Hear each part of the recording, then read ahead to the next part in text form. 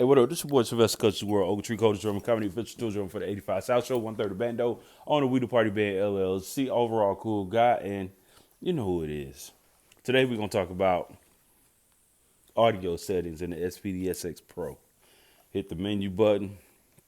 Already got it under System. And you scroll down to Audio Setup. Right. This screen is a pretty dope screen because it basically is like your mixer routing section. Right. Audio setup, output, again, same stuff at the top. You can see the pads, you can see the volume meters, and you can see which triggers are being triggered, etc. Master output gain.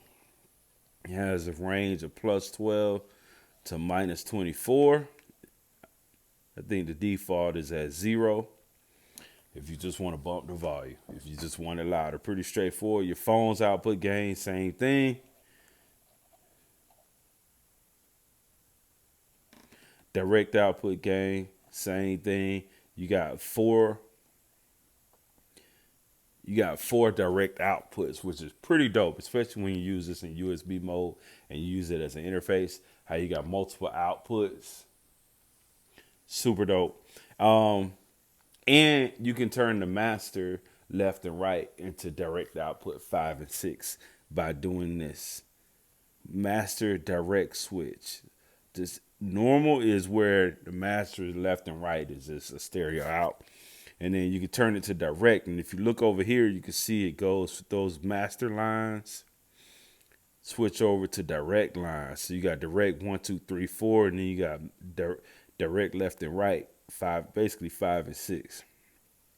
Which is pretty cool if you're running tracks and sessions and you need different outputs to go. And then master mono switch. So if you want your master left and right to just be mono times 2, whereas 2 mono channels, so you don't get the stereo feel, you just get a mono coming out of both channels. Or you can do stereo. I keep mine on stereo.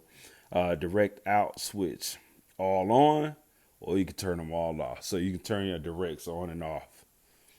Not sure why you would need that, but maybe if you're not using it, maybe it's some kind of, whatever. And then this other button, audio in, you adjust the gain on that. I keep that pretty low because I never know how loud the signal's coming in if I'm sampling something. And at the input, you also got a knob where you can adjust that too on the back. So that's cool. You just got to figure out your gain structure so you don't mess up anything. And now, the input that's coming into that audio, you can route it to the master outputs and the headphone output, or you can just do phones only. Now, what I really want to know, which I may have to get into later, is if that master is set to direct, how does that affect that? So we'll come back to that. Direct out. So this is all about routing. This is basically your mixer section of the board, right? So you can do the audio in that's coming through the jack. You can route out to a direct out. You can do direct out 1.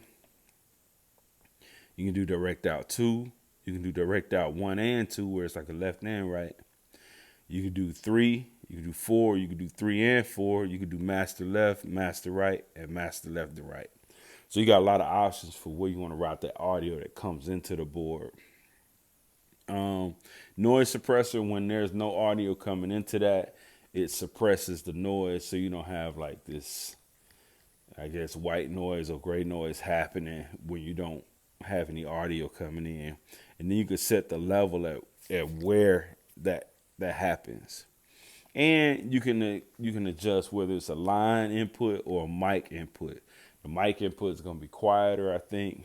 And I think the line input is like maybe you got audio coming from another mixer that's a little hotter. Then you want to put it on line just for safe, to keep everything safe. And earlier I hit this routing meter button. See, this is the routing screen. And this is the meter screen. So if audio is coming in, you can see the meters jumping on the input. All right. Pretty straightforward. Y'all have a good day. We out.